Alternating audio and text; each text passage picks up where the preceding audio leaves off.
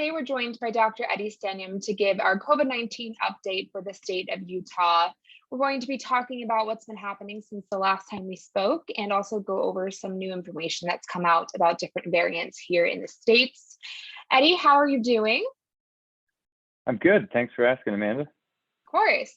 So we're going to start a little bit differently this week. The state is now reporting COVID numbers a little bit differently. They're no longer doing weekend case counts. Those are kind of lumped in with Mondays. So the numbers I will be reading are from the weekend and not just yesterday. So those numbers were 1,238 cases from the weekend, which was up 247 cases from that same period last week. We have a total of 220 hospitalizations, and unfortunately, there were also 6 COVID deaths. Our 7-day average rate right now is also 12.3, which seems a lot higher than it has been in the past. Let's talk about that first. Eddie, how are our caregivers feeling, and what does this case surge kind of feel like in our hospitals right now? Yeah, I mean, we're definitely seeing more patients with COVID-19 being admitted to the hospital. We really came down quite nicely for a number of months there, and we're at a pretty low plateau. And now we've seen cases really tick up, and some hospitals over double, over the matter of a week or so. And so we definitely have seen an uptick, which is making us kind of engage with how we cohort patients and how we care for these patients. The vast majority of the patients that are being admitted, are in the unvaccinated population. And so, from a caregiver standpoint, that's just really disappointing because these are preventable hospitalizations. But right now, the hospitals aren't full of COVID patients like they were back in December and January. The hospitals are very full, just in general, because of taking care of patients that need other care. But we are seeing this proportion of patients with COVID-19 growing in our hospitals. I think this summer is known as like the 100 deadliest days of summer for trauma events typically. So that kind of correlates with that increase too. But like you said, an increase in the hospital, though, either way is not great for caregivers who have been going through this for the last almost 2 years now, which is crazy. And on that note, you kind of mentioned this, but do you know the percentage of people who are currently hospitalized who are vaccinated versus unvaccinated? Yeah, so when we looked at, all those COVID-19 patients in our hospital recently, the past couple of months, less than 5% of them that are admitted for COVID-19 have been fully vaccinated. And so, the other way to say that is, 95% of those hospitalizations for COVID-19 are in the unvaccinated population. We continue to show that these vaccines, the Pfizer, the Moderna vaccine, J&J vaccine, are just incredibly effective at reducing the risk of hospitalization and death due to COVID-19. And after last week's surge and warnings from doctors to get vaccinated, has there been any rise in vaccination numbers at all? I know that we were kind of stagnant for the last couple of weeks. Did we see a spike at all in people going to get vaccines? When we look at the Utah Department of Health website and we look at the number of vaccinations given per day, what you can see is just this really stabilizing plateau of relatively low numbers of vaccinations. So we're still getting vaccinations out to our communities, but at much lower levels of vaccines that were previously given. We have not seen a significant uptick in vaccinations yet. And there's been a lot of conversations too with people who are not vaccinated, who maybe have had COVID in the past, that aren't sure about this piece between natural immunization and actually getting the vaccine itself. Can you kind of talk about what the difference is between the two and what is almost better to have? Yeah, that's a great topic to chat about. It's, how protected are you from a natural infection with COVID-19? Let's say you take somebody who had COVID a year ago. How protected are they compared to somebody that didn't have natural infection but got the immunization? And so there's a couple of things to kind of digest there. One is when you look at those that are infected with COVID-19, the body's immune response to that infection is incredibly variable. And so when we look at these groups of patients that have had natural infections, We see some people that have really high level antibody response. We see some people with really high, what we call T cell response, this kind of other arm of the immune system, and people that really reacted well to that infection. Then you see other people that have no antibody response or no T cell response, and you see this really variability in how people respond to this infection. That variability leads to then variability of risk for reinfection. And so contrast that with the vaccination. When we give a vaccination and we follow those vaccine cohorts out, we see a much more reliable response from the body's immune system, both from a B cell, making antibodies, and also this other arm in this T cell. And so we know that the vaccination leads to much more reliable vaccine response as compared to natural infection. And we anticipate it's going to lead to a much more durable response, meaning it's going to last longer. And then there's also data to suggest that people that have been vaccinated against this spike protein as compared to natural infection likely is going to have more protection against these variants that we see, Delta, Lambda, all the different variants that we have seen. So that's kind of where we're at. The science is pointing us to the fact that vaccination is likely going to be more durable and also more likely able to defend against variants. That said, when we look at natural infection and with the studies that we have, or follow these cohorts, so that, they have pretty good protection for about 8 months. We don't have anything past that, and we don't have any good data about how natural infection has done against the variants, particularly Delta variant. And so what we say is that people that have been infected with COVID-19 in the past, it's absolutely important to get vaccinated against COVID-19, because you're going to have a stronger response and be more protected. What if you've had COVID-19? Would only getting one dose of the vaccine, so just the first of Pfizer or first of Moderna, be enough to prevent from future infections? I've actually heard people personally talk about this, where their doctors have said, maybe you should look into this. Is this something that people are looking at? Yeah, we're definitely looking at it, and it very well could be the case that you only need one shot after a natural infection. That said, we don't have any clinical data to show that that's effective. What we have is data in the laboratory that shows that people have been infected with COVID-19, gets one shot, then their antibody levels after that one shot is comparable to those that had no prior infection and 2 shots of the vaccine. And so we have laboratory data to say that they're comparable, but we don't have any clinical data to suggest that their risk of infection or reinfection in this case is the same as those that have been vaccinated with 2 doses.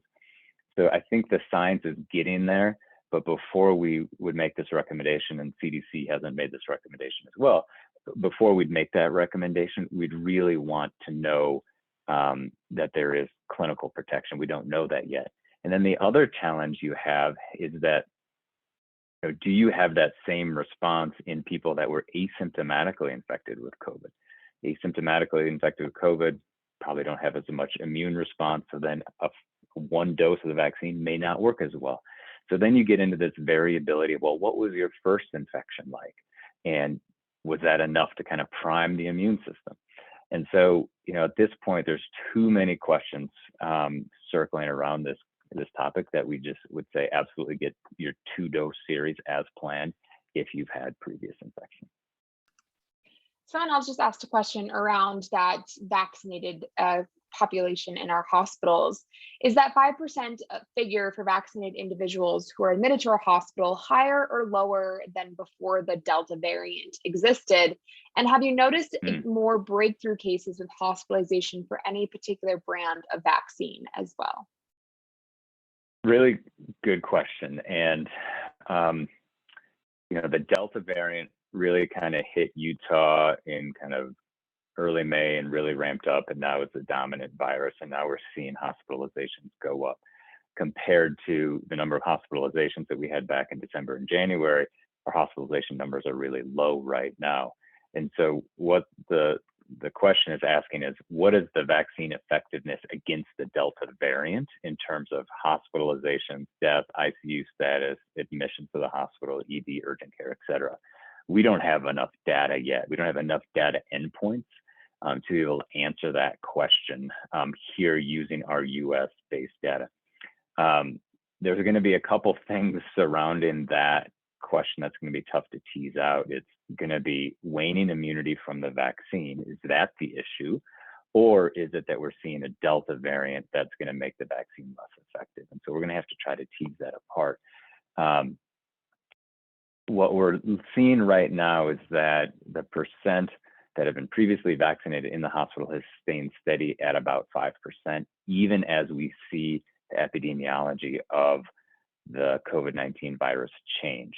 Okay, so what we're not seeing is this big spike in percent vaccinated currently, which is a good sign to us saying that this vaccine protects well against severe infection for Delta. Along those same lines too, have symptoms of COVID changed at all with the new variants? Is there anything else that providers are starting to look at when someone presents with symptoms that could potentially be COVID-19? Yeah, so what's being reported and not necessarily validated in the medical literature is that more people are seeing that COVID-19 is being it's resulting in just common cold symptoms. You know, sore throat, runny nose, not as much cough, high fever, etc. And some people are saying that that's due to a different presentation of the Delta variant. Okay, so that could be, and that's something that definitely warrants evaluation. I would also say that we saw a lot of people in the winter have those same symptoms and have COVID-19. And so we're trying to tease that apart. And the other thing that is something we have to consider is that previously, when we were looking at symptoms of COVID-19, it was the elderly population that was getting infected and having really severe symptoms from it. Now, that elderly population is very well vaccinated. You know, 80% plus of our elderly is vaccinated. So we've shifted the population getting infected now to this younger age group, this 25 to 60-year-old age group. And so are we seeing that the symptoms are different because of the Delta variant? Or are we seeing that symptoms are different because it's the shifting in the age group that's predominantly getting infected? So that being said, it's going to be, you know, tough to tease out. I would say that COVID-19 is an upper respiratory infection, period. So if you have signs and symptoms of a cold, that could be COVID-19, and that should warrant a test. And so it is possible that we're seeing kind of an evolution of symptoms due to a change in variant. But it is also possible just seeing the difference in symptoms based on age, and that if you have those symptoms, it's absolutely imperative to get tested. What about pediatric patients? Are we seeing an increase of any of those people getting the Delta variant at all, or any increase in children for hospitalizations, especially those who can't get vaccinated? And second part to that, what do you suggest on how to keep children safe as school strangely starts in like about a month? So how do we start keeping kids safe again as we go back to school as well?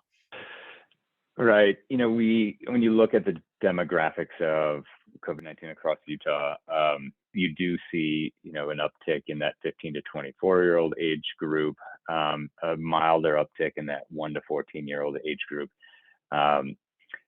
And obviously, when you look at vaccination status of the younger population is least likely to be vaccinated, especially the 12 and ups.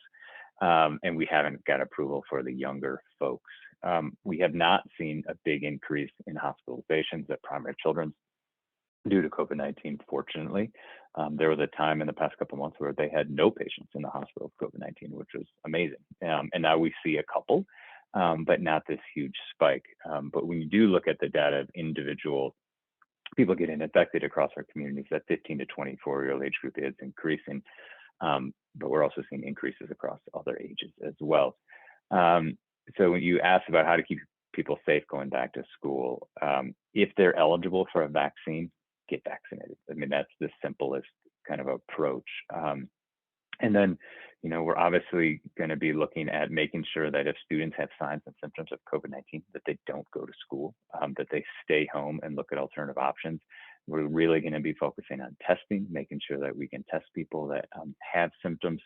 And then we'll be you know, obviously looking to our school districts to look at what type of interventions they're going to put in place in the classroom to ensure our kids are safe.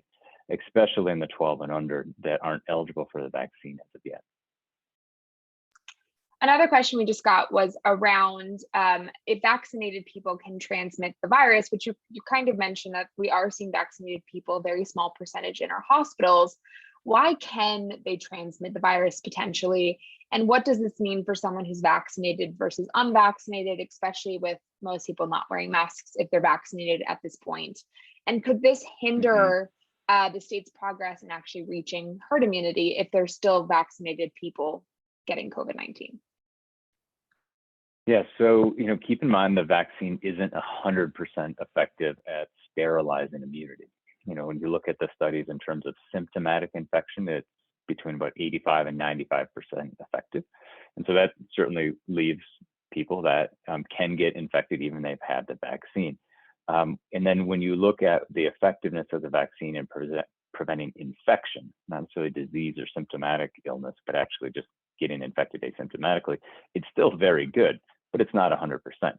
And so there's certainly going to be people that are vaccinated that get infection that could very well transmit the infection, absolutely. In those people that get infected after vaccination, what we expect to see and what we're seeing in the literature is that that disease is what we call attenuated, meaning that it's not as severe as it would have been if they hadn't been vaccinated. That said, if they have active infection, they can transmit the virus. The other thing that we're seeing in the literature is that people that do get infected after vaccination have lower viral burdens, in their upper respiratory tract, which likely is going to lead to less transmission, not no transmission, but less transmission. And so we do think that vaccination is going to absolutely slow that transmission because it prevents infection, and it also probably will slow transmission due to decreased viral burdens that we see in our patients. And I forgot the second half of the question. Something about herd Sorry, immunity. it was a lot.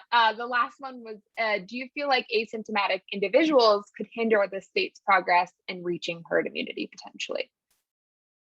Yeah, I think this idea about herd immunity, and we've talked about this before, and Andy, my feelings about this is that we should not be focusing on herd immunity. Herd immunity, will occur when we have our population that is no longer susceptible to this infection. And so that is going to be, at estimates of between 70 to 75% of our population, of our community is not susceptible to this infection. That includes kids, that includes everybody.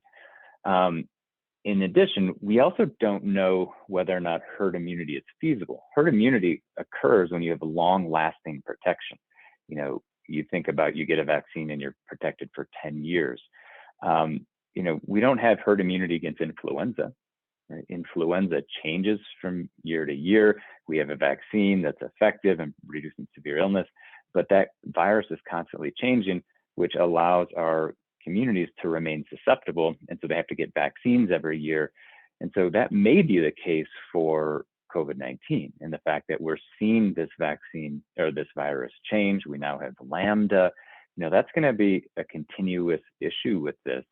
And so whether or not herd immunity is even feasible, I think is a big question. And I think what we have to realize is that the more and more that our community gets vaccinated, the less transmission we're going to have. And that's going to be a huge benefit to our public health, population health, to our hospitals, to the health of our citizens. But it may not eliminate COVID-19. I feel like COVID-19 is going to be with us, for the years to come. And vaccination is going to be the way that we can prevent really severe disease from this. Let's talk about the variants a little bit more. You mentioned the Lambda variant. How long has that variant been around? And do we know anything around if it's more transmissible, if it has a higher death rate? Is there anything that the public should be concerned about for this specific variant? Yeah, so Lambda is coming out of South America. It's been highlighted in Peru now since May. We know very little about the transmissibility, the severity, the lethality, and whether or not this escapes our current vaccines. There was just a report published on the preprint servers that shows that people that have been vaccinated do have in their bloodstream the ability to target that particular variant. We haven't seen that in any kind of clinical data. So the first glimpse we have at this is kind of like Delta, where we say, okay, our vaccine is likely going to cover it, but we don't have definitive data on it.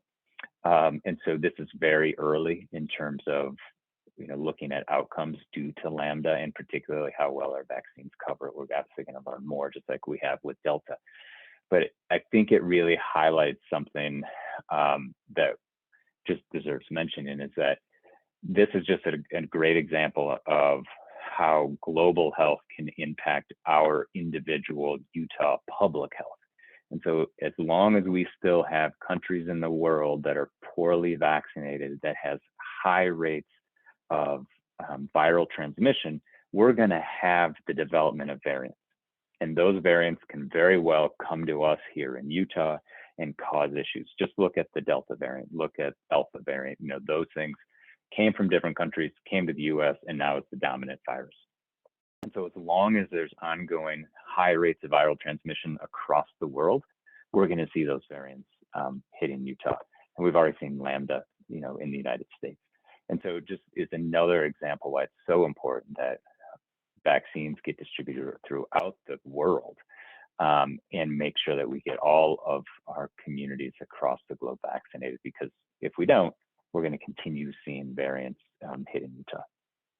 Someone asked a really interesting question. They said, because Lambda was first found in Peru, is it likely to be more dangerous to people in Utah because of the altitude? Do you know anything about that? No, I know zero about that.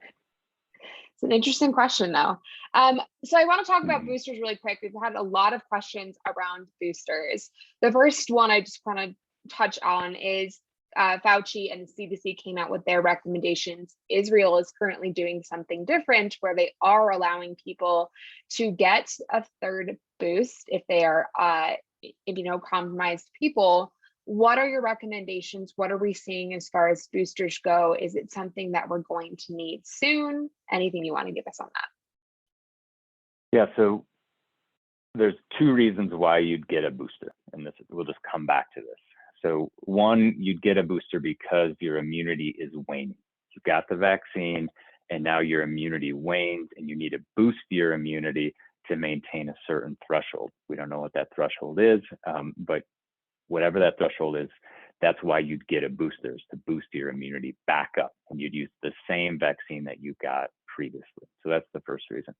The second reason to get a booster is if there is a new variant that evades the response of the vaccine. And so you need essentially new immunity. And so then you give a booster, let's say now with the sequence of the Delta variant spike protein. And so now you're getting new immunity. So those are the two reasons why you would need a booster. And so the first one, waning immunity. We haven't seen any evidence that the vaccine is waning in an effectiveness over time.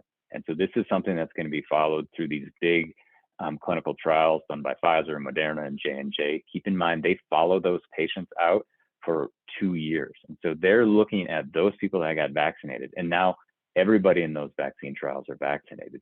They're looking at when do they start seeing infections in those people, because that's an indication of waning immunity. We can do the same thing in our population-based data sets. And we're looking at, okay, when do we start seeing people get infected? Because that's an indication of waning immunity. We haven't seen that yet. Okay, so from that standpoint, we don't need boosters. Delta variant seems to be well covered by our vaccine, and in particular, preventing severe infection and hospitalization. So we haven't seen that yet either. And so we really are going to have to be dependent on this, allowing the science to drive when boosters are going to be needed. Will boosters be needed? Probably, eventually. Do we know if they're going to be needed by fall? Nope. And I suspect that we're going to get more information on that. But right now, there's no evidence that we need booster shots. And I would probably argue that where would those booster shots be better utilized? Would they be better utilized in the United States, or would they be better utilized across the globe to make sure that we get everybody vaccinated so we prevent the development of variants? As of right now, we don't see evidence that booster shots are needed. CDC, FDA is working with our pharmaceutical partners to evaluate this. But at this point, I think we're watching and we're waiting and we're seeing how the data plays out. Are physicians or are you worried at all about this messaging about the variants and vaccines kind of being lost on Utahns? It does seem like we've put the entire pandemic behind us. Things are opened back up. People are doing pretty much their normal lives at this point. Are people worried at all that they're not going to get vaccinated or things could potentially get worse because of the actions and behaviors people are exhibiting now? Yeah, that's a tough question, Amanda. I think what is happening is that the Delta variant is very transmissible and it can cause more severe disease than our previous variants or previous viruses.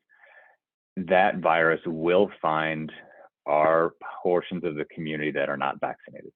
Okay, and so we will see, kind of dense transmission with Delta variant in pockets of the community that are poorly vaccinated. And that's going to be more efficient because of the fact that we are no longer kind of really following public health measures in terms of masking and social distancing, et cetera.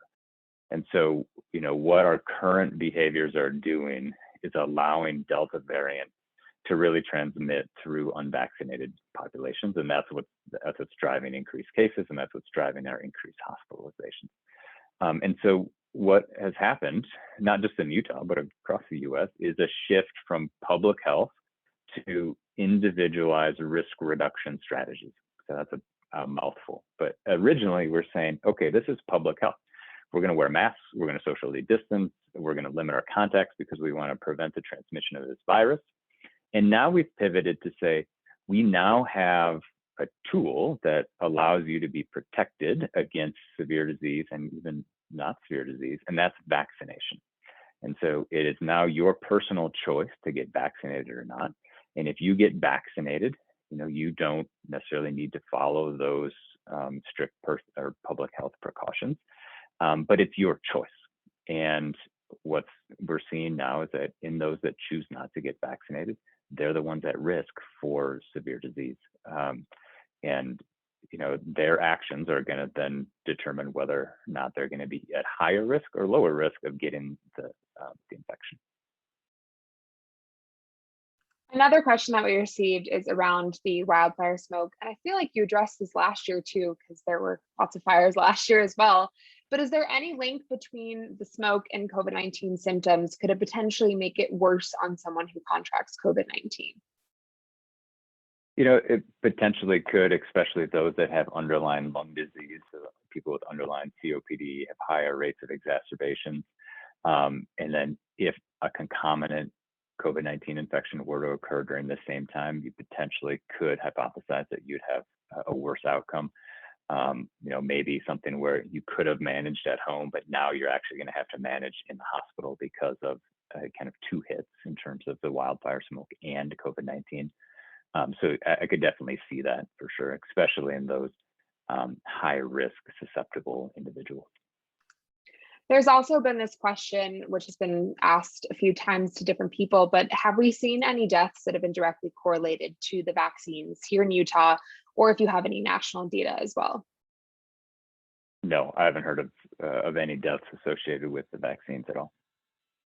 And I think it's important to mention on that the reporting system where you can report severe reactions or any sort of side effects is self-reporting. So can you just mention kind of how the CDC, if they do, goes back and maybe checks those out or says, because I know we've seen people reporting that they have reported someone dying from the vaccine, but can you kind of explain how that works? Yeah, so the CDC has a reporting system called VAERS, which allows clinicians and also a self-reporting strategy to report, severe side effects due to the vaccine. And so, clinicians report in cases of myocarditis. They're reporting cases of clotting, and that's how we found this association with our vaccines with myocarditis and also this clotting. And that system works. It works because I can say that it's because we found these very rare associations through this reporting system. And so we are getting people reporting into this. We are finding this very rare kind of needle in the haystack correlations with their vaccinations. And that's a really good thing, right? That's the safety mechanisms that make sure that these vaccines are safe and effective. And there's been a lot of attention focused on it. And so that's the way they can assess deaths.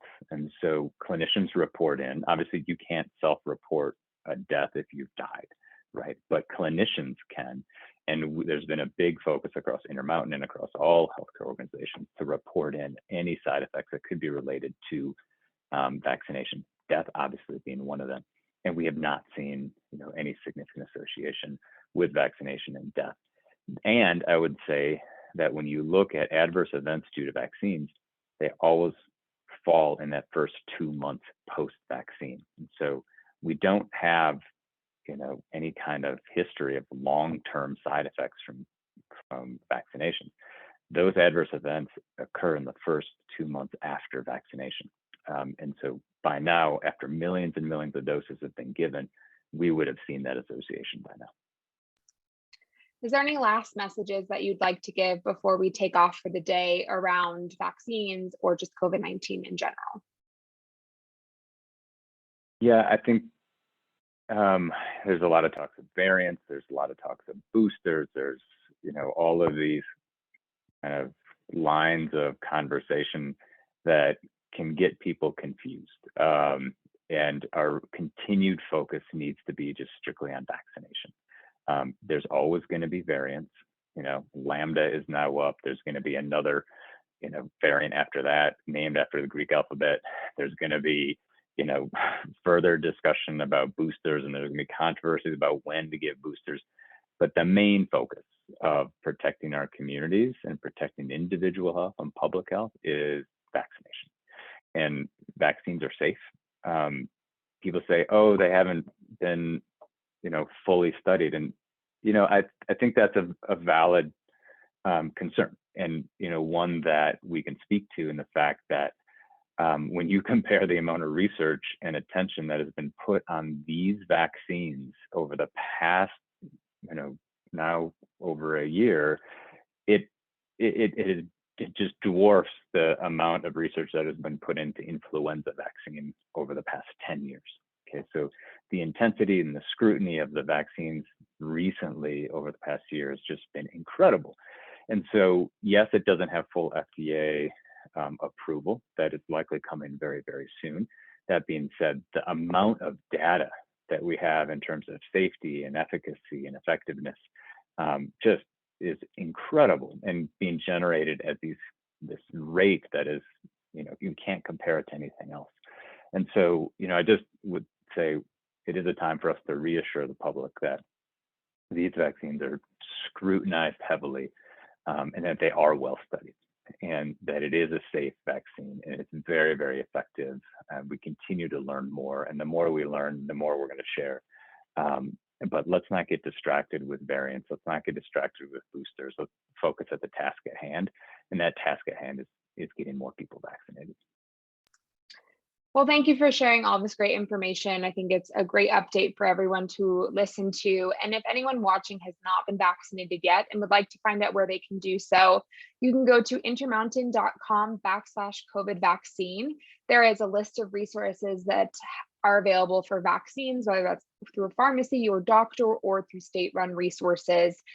Eddie, thank you again so much, and we will talk to everyone later. Thank you. Thanks, Amanda. Happy birthday, by the way. Thank you. That was off the live.